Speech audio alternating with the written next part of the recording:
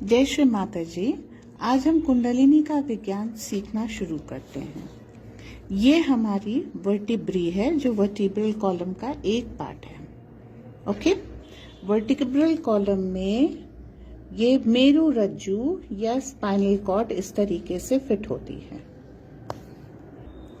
Spinal cord इस तरीके की लेयर से होती है और अंदर जो है ये दो सिंपैथेटिक नर्वस सिस्टम को डिनोट करने वाले दो भाग होते हैं।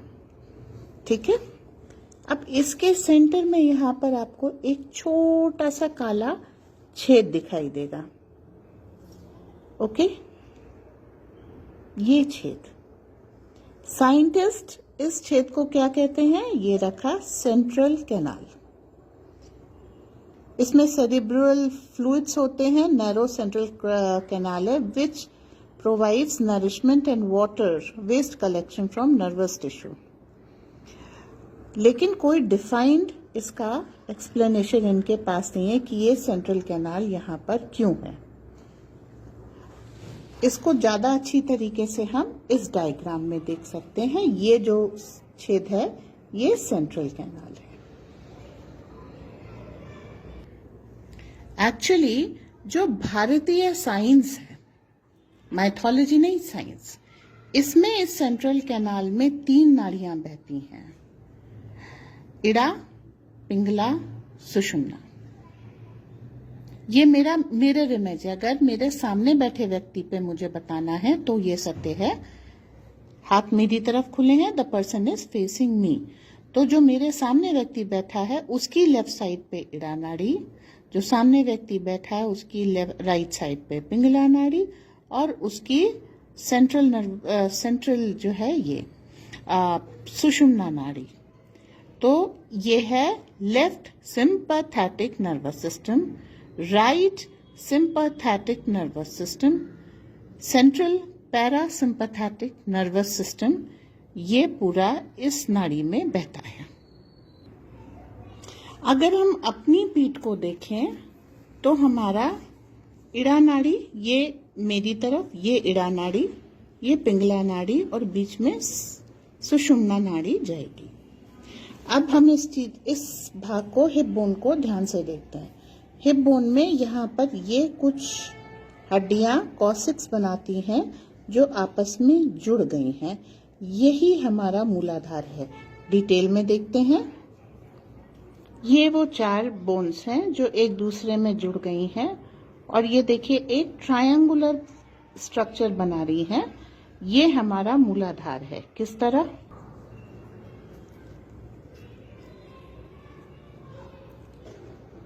ऐसे करके अगर हम दिखाएं तो ये हमारा एक ट्रायंगल बन जाता है, जो एक लाइट कलर से हमने इसको कलर करके दिखाया है।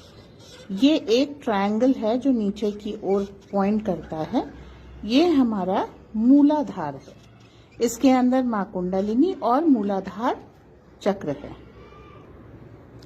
ये अंदर से इस तरह की एक फनल बनाता है। ठीक है, और जब इसे खोलते हैं तो नीचे आपको कूर्म, कच्छप स्वरूप दिखाई देता है श्री विष्णु का, जो इसको संभाले हुए है।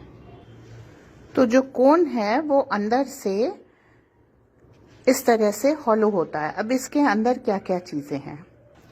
इस कोन में ऐसा 4 भुजाओं वाला मूलाधार चक्र है। इस पूरे को मूलाधार कहते हैं और ये मूलाधार चक्र जो उसका सेंटर है और ये उसकी 4 पंखुड़ियां हैं।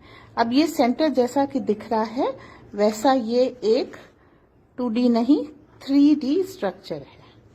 ठीक है, ये इस तरीके से शेप आती है इसकी। ठीक है, ये 3D पिरामिड जैसा स्ट्रक्चर है। तो मूलाधार के लिए जहां भी हम वो करेंगे, देखेंगे, तो वहां पे हमको पिरामिड मिलेंगे। ये पिरामिड विश्व भर में हर जगह बने, 27 जगह बने होंगे और ये कुंडलिनी की, श्री कुंडलिनी की पूजा करने के लिए। तो अब श्री कुंडलिनी कहाँ है? इस मूलाधार के टिप पे सर्पिणी रूप में श्री कुंडलिनी विराजमान है, जैसा कि आप देख सकते हैं। ये 3.5 कुंडल में यहाँ पर विराजमान शक्ति है। ठीक है, ऐसे ये मूलाधार चक्र को लपेटे हुए सुप्तावस्था में पड़ी रहती हैं।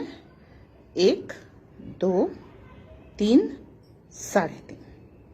ठीक है, ये 3.5 कुंडलों में मूलाधार के पिरामिड को लपेटे हुए माँ कुंडलिनी विराजमान रहती हैं। जब ये जागृत होती हैं तो ये हिस्सा जैसे ऊपर उठने लग जाए, ऐसे करके ये ऊपर उठने लगती हैं।